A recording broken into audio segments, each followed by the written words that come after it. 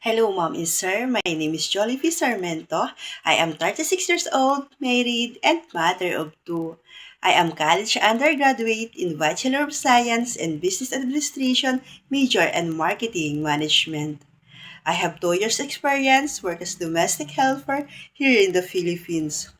My duties and responsibilities, childcare, cooking, marketing, and housekeeping. I am hardworking person and very organized with my chores. I especially to love taking care of your baby and children. I am patient, gently, and very attentive to children's needs. I make sure they feed on time, bath daily, changing clothes and diaper, and proper hygiene.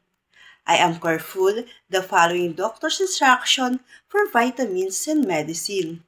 I promise to love and care your baby and children as if they were my own. I understand that every child is different.